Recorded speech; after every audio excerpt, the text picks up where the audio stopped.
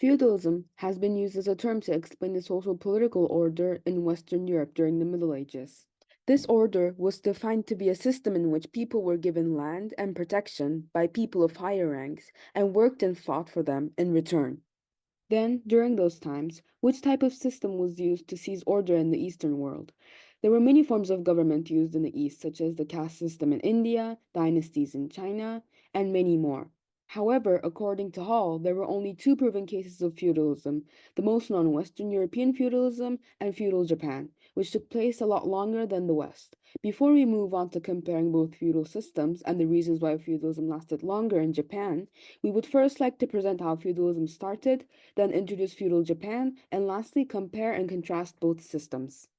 Feudalism had been established by Europeans by the High Middle Ages, or roughly around 1000 CE. The feudal system gave people security and safety by establishing a stable social structure. People were obligated to one another under this system by vows of allegiance. Loyalty. The king or queen, as the monarch was generally called, was theoretically the owner of all the lands in the realm. The church also held a sizable amount of land. The monarch granted fiefs or land grants to his most influential lords, who thereafter became his vassals, while retaining some territory for himself.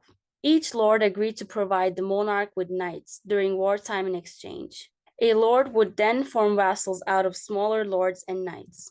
Often these arrangements were written down. Many of these contracts survive to this day at museums. At the bottom of the social system were peasants. Lords rented some of their lands to peasants who worked for them. Some peasants, called serfs, were tied to the land they worked. They could not leave the lord's land, and they had to farm his fields in exchange for a small plot of land of their own. The feudal revolution in France. As Montesquieu, as a loyal member of the French nobility, has ably presented the argument that the Frankish state was never without a feudal nobility, for feudal institutions were implicit in the custom of the conquering Germans. In its foundation, the feudal grant of land had been referred to as a personal relationship between lord and vassal, but as fiefs turned into hereditary holdings, characteristics of the system came to be seen as a form of politics of land, a term coined by the historian Marc Bloch. The 11th century in France saw what has been called by historians a feudal revolution or mutation and a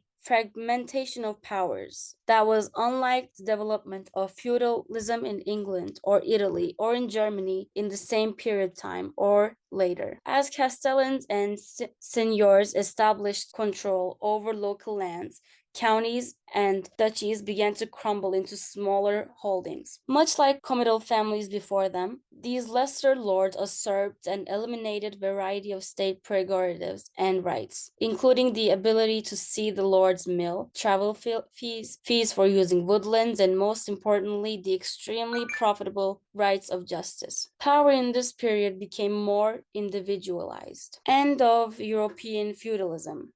Most of the military aspects of feudalism effectively ended by about 1500s. This was partly since the military shifted from armies consisting of the nobility to professional fighters, thus reducing the nobility's claim on power, but also because the Black Death reduced the nobility's hold over the lower classes. Vestiges of feudal systems hung in France until the French Revolution of 1790s. Even when the original feudal relationships had disappeared, there were many institutional remnants of feudalism left in place. Historian Georges Lefebvre explains how at an early stage of the French Revolution, on just one night of August 4th, 1789, French abolished the long-lasting remnants of the feudal order. It announced the National Assembly abolishes the feudal system entirely. This part of the video will explain the social structure, political structure, as well as the culture of Japan, and how these aspects can be still seen in today's world. Feudal Japan was first established during the Kamakura shogunate by Minamoto no Yorimoto in the 12th century. Feudal Japan, like Western European feudalism, consists of a similar social structure, starting with the highest ranking position belonging to the emperor, who was only used as a figurehead and did not have any power in terms of ruling over the country. The next highest ranking official is known as the shogun. Shogun, military dictator, were chosen among the samurai and had the strongest relations with the emperor. They were the ones who took control as the leaders and managed the country. The next highest class after the shogun is the daimyo. They were known as the samurais, who were vassals to the shogun and owned a good amount of land. Thirdly were the samurais, who were privately hired soldiers that were loyal to their masters. Peasants were the 90% of the Japanese and were responsible for agriculture within the assigned lands of daimyo. The lowest class consists of merchants and artisans, as, unlike the peasants, did not produce any goods for the society. Thus, they were not liked by the public because they did not contribute to the society. Now, we would like to move on to the political structure of Japan. It first began with the classical notion of the emperor holding all the power and jurisdiction to rule the country. Lower ranking classes had little to no power. This is mostly because there wasn't any established military services that could revolt against the emperor. Military leaders could not control their subjects with the carrot and stick method, as they didn't have any political standing in society. They didn't own any land, and governing was out of the question, which resulted in them not having any significant rights to again lead the troops. But after Yorimoto, military commander during the Kamakura period, introduced Gokenin system, a lord-vassal relationship, which gave him the right to reward troops with lands.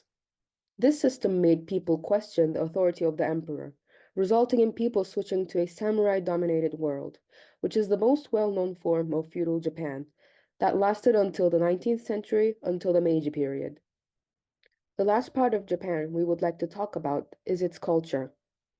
In Japan, superior and inferior relationships were not tied by contracts or oral promises, but rather were formed by unwritten customs published by ceremonial observance. Additionally, Buddhism started to spread within Japanese society and was eventually officially acknowledged in 552 BCE. These two factors continued within Japan and became a part of its culture. At present time, we can see remnants of them in work ethics, giving importance to respect among co-workers and consistency in working, as the Japanese care more about stability and peace than anything.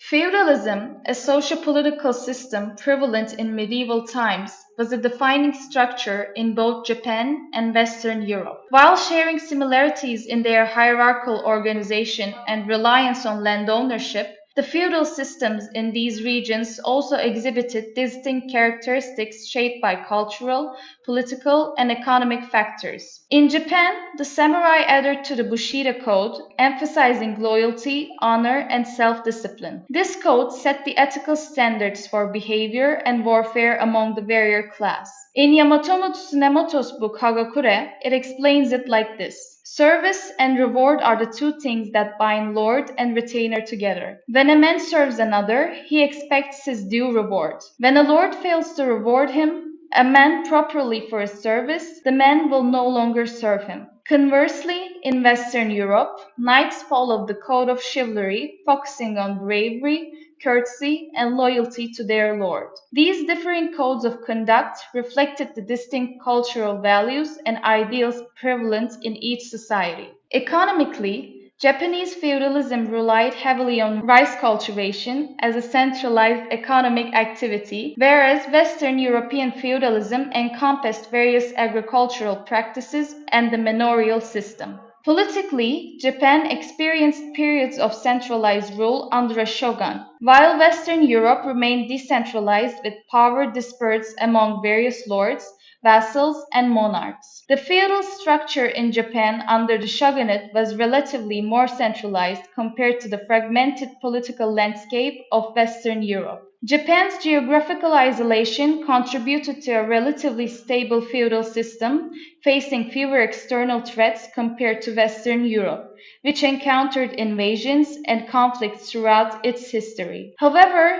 internal conflicts in Japan, such as civil wars among competing clans, challenged the stability of its feudal order. Conversely, Western Europe's feudalism was marked by frequent conflicts, power struggles among nobles, and invasions, leading to a more dynamic and changing system. Why did Japan's feudalism lasted longer than Western Europe's? Japan and Western Europe both experienced feudal system characterized by a hierarchical structure, land-based wealth, and lord-vassal relationships. Despite these similarities, Japan's feudalism endured for a more extended period than Western Europe's. Japan's geographical isolation limited external influences and invasions, allowing its feudal system to develop and persist without significant disruptions. In contrast, Western Europe experienced invasions and influences from various external forces throughout its history, leading to more frequent changes in its feudal structure.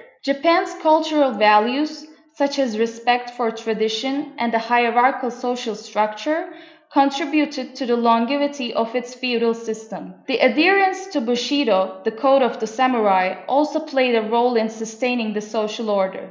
In Western Europe, evolving cultural changes, the influence of the church, and developments in governance contributed to shifts away from traditional feudalism over time. Japan's feudal system demonstrated an ability to adapt and evolve over time, incorporating changes while preserving its fundamental structure. Even during periods of internal conflict or upheaval, the feudal system adapted to new circumstances, maintaining its essence without complete overthrow or transformation. In conclusion, Japan's feudalism lasted longer than Western Europe's due to a combination of geographical isolation, centralized authority, cultural values like Bushido, limited external threats, economic stability, and adaptability. These factors collectively contributed to the resilience and prolonged endurance of Japan's feudal system, shaping its distinct historical trajectory in comparison to feudalism in Western Europe.